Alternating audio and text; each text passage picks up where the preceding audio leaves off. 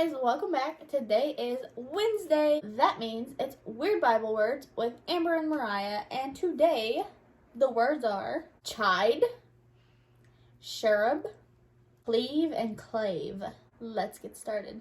First up is chide, C-H-I-D-E. I did not even know this word existed. Yeah, me either. Never heard it before in my whole entire life. Have read the Bible, have heard the Bible read to me. Never ever have I heard it, but apparently it is in the King James Version. The regular definition and the Bible definition on this word are the same, like the same way somebody would use it today would mean the same as how they would have used it in the King James Version when they wrote it. And that is to scold or rebuke, to reprove, like a number 2 on the definition. And the second part was to blame, to reproach, as to chide folly or negligence. To chide from or to chide away is to drive away by scolding or reproof. So then we have places in the Bible where we found this word, and the first one is Exodus 17:2. It says, "Wherefore the people did chide with Moses, and said, Give us water that we may drink. And Moses said unto them, Why chide ye with me? Therefore do ye tempt the Lord." I don't know how I've never noticed that word in the Bible. Me either. It's so weird that like your brain sometimes just skips over words whenever you don't know what they are or what they mean. Yeah. You just kind of like skip them. You're like, or you just read it and you're like, this word sounds like it fits there. Let me just put that in place of that. Yeah. And then the second one is Psalms 103:9. It says, "He will not always chide, neither will he keep his anger forever." Oh, let's read 8. "The Lord is merciful and gracious, slow to anger, and plenteous in mercy. He will not always chide, neither will he keep his anger forever." So, God's very merciful, and even though he might rebuke us, he does it because he loves us, and it comes back around. It comes full circle, back to love. Ma'am. So the next word is cleave. Cleave is a man. Got that fixed. I have an Uncle Cleave. Cleve is not a... What? We have the same uncles. No, we don't. Well, kind of. No, we don't. It's my grandma's uncle.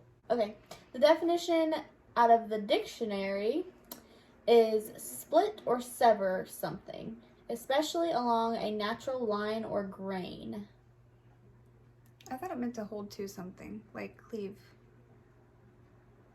to. It says a husband is supposed to leave his family and cleave to his wife. This is the dictionary definition. Okay. I digress. Bible definition is to stick, to hold to unite aptly, to fit, to sit well on, to unite or be united closely in interest or affection, to adhere with strong attachment. Oh, many. To part or divide by force, to split or rive, to open or serve the cohering part of a body by cutting or by the application of force, as to cleave wood, to cleave a rock, to cleave the floods. Wow. And the fifth one is to part or open naturally. It means the same opposite. It contradicts itself. Because it means one thing and then it means a different I thing. don't like it. You can never know when you read it unless you're like reading a whole bit of context. Okay. So, one verse is Psalms 102:5. And it says, "By reason of the voice of my groaning, my bones cleave to my skin." So, what does that mean? your bones stick to your skin. Or they separate from your skin. Or they separate from your skin. Which one is it? Do we know? After that, verse 6 says, "I am like a pelican of the wilderness. I am like an owl of the desert." I don't think I've ever paid attention to this. Have we ever read the Bible before? Yeah, really. What even? The next verse is Psalm 74:15, and it says, "Thou didst cleave the fountain and the flood, thou driest up mighty rivers." I want to know if they're like, how do you know when you use it in which way? Yeah. Because so far it's done nothing but confuse us. And like on that one verse, like, do we know if it adhered the skin to the bones or if it separated the skin to the bones? Like, how do we know? The next verse is Deuteronomy 14, and it says, "And every beast that parteth the hoof and cleaveth the cleft into two claws, and cheweth the cud among the beasts, that ye shall eat. So that one's talking about separating. Yeah, This that is one's parteth, so I get parteth it. the hoof and cleaveth the cleft into two claws. Yeah, that one's talking about parting. That one was... We got that one. We can pick up what they're putting down there. Okay, next word, we thought we would add this one because it kind of goes... It's really similar to cleave, and it also kind of means the same thing, so. So the word is clave, and the dictionary definition says archaic past of cleave. And the Bible definition is to split, to break through, or tear. The verse for this one is Isaiah 48, and it says... So wait, you don't have to worry about clave being one or the other. It just means to separate. Clave just means to separate. So it won't ever mean to... To split, to break clean through, or tear.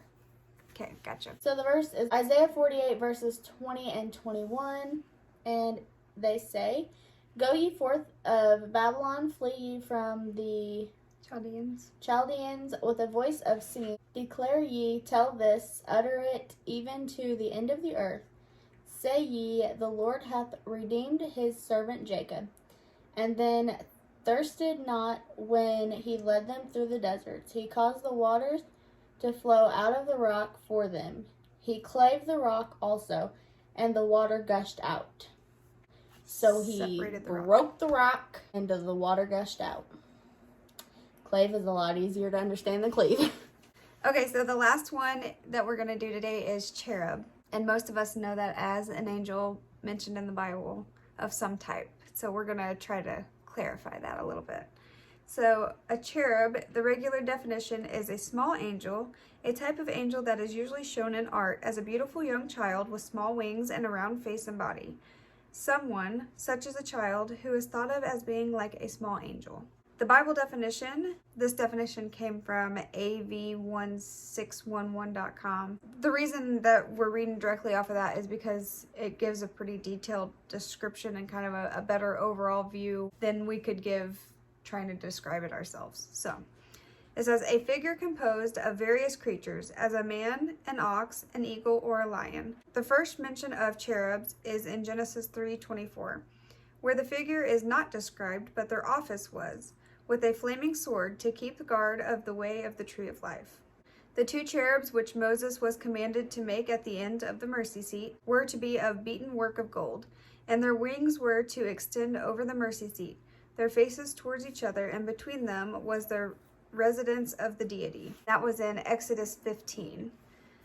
The cherubs in Ezekiel's vision had each 4 heads or faces, the hands of man and wings. The 4 faces were the face of a bull, that of a man, that of a lion, and that of an eagle. They had the likeness of a man, Ezekiel 4 and Ezekiel 10. Then in 2 Samuel 21:11, in Psalms 18, Jehovah is represented as riding on a cherub and flying on the wings of the wind. In the celestial hierarchy, cherubs are represented as spirits, next in order to the seraphs. I'm not sure if I'm saying that right. I'm trying, guys. I'm trying. The hieroglyphical and emblematic figures embroidered on the veils of the tabernacle are called cherubs of curious or skillful work. That is from Exodus 26. I also noted that cherubs are said to be the second highest rank in the order of angels. They are usually, their job is throne bearers, continually praising God, but they do, or at least have done work on earth because of the mention of them guarding the Garden of Eden in Genesis. I thought it was pretty interesting on the cherubs. That is it for Weird Words with Mariah and Amber this week. And we learned stuff. Definitely. We also post videos on Mondays and Fridays. Mondays are Bible studies and Fridays are fun videos. We do hair, makeup, fashion, food. So just be sure to join us for those if you are interested. We hope you guys have a good day, have a good week, and we will see you in the next one.